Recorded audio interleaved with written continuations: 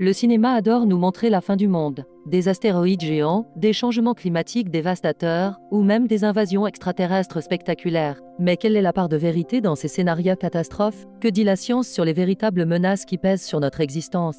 Commençons par le grand classique, la météorite.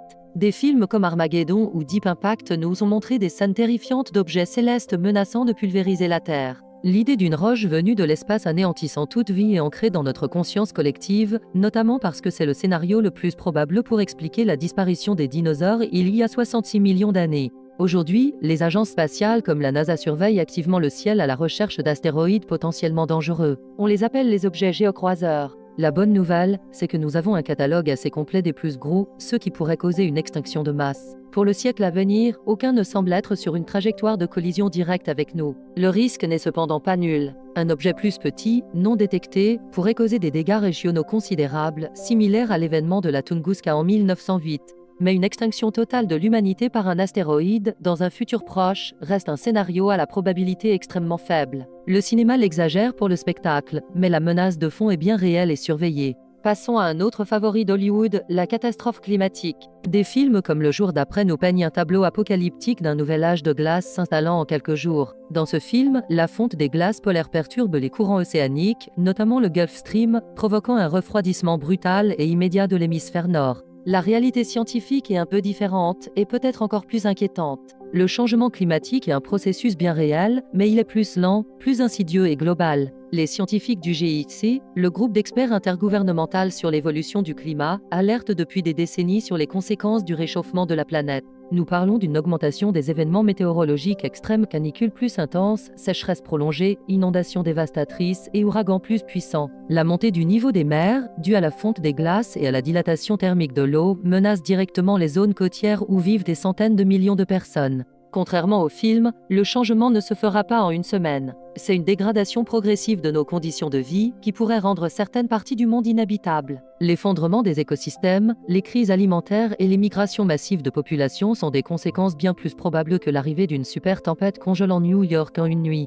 Le scénario du jour d'après est donc une simplification extrême et une accélération dramatique d'un phénomène réel. La véritable menace climatique est moins spectaculaire, mais tout aussi existentielle à long terme. Enfin, explorons le fantasme de l'invasion extraterrestre. De la guerre des mondes à Indépendance Day, le cinéma imagine souvent des civilisations avancées venant nous anéantir pour nos ressources ou simplement pour conquérir. Quelle est la probabilité réelle de ce scénario? Pour commencer, nous n'avons à ce jour aucune preuve de l'existence d'une vie intelligente ailleurs dans l'univers. L'immensité du cosmos rend les distances entre les étoiles presque insurmontables. Voyager d'un système stellaire à un autre demanderait une technologie et une énergie qui dépassent notre imagination. Le paradoxe de Fermi pose cette question simple: s'il y a tant de civilisations potentielles, où sont-elles? Pourquoi n'avons-nous capté aucun signal, aucune trace de leur passage? Certains scientifiques avancent l'hypothèse du grand filtre, une sorte d'obstacle quasi infranchissable qui empêcherait les civilisations d'atteindre un stade de développement interstellaire. Peut-être que cet obstacle est derrière nous, ou peut-être qu'il est encore devant. Une civilisation assez avancée pour voyager entre les étoiles aurait probablement aussi résolu ses problèmes d'énergie et de ressources. Pourquoi viendrait-il jusqu'à nous pour prendre notre eau ou nos minerais, des éléments abondants partout dans l'univers?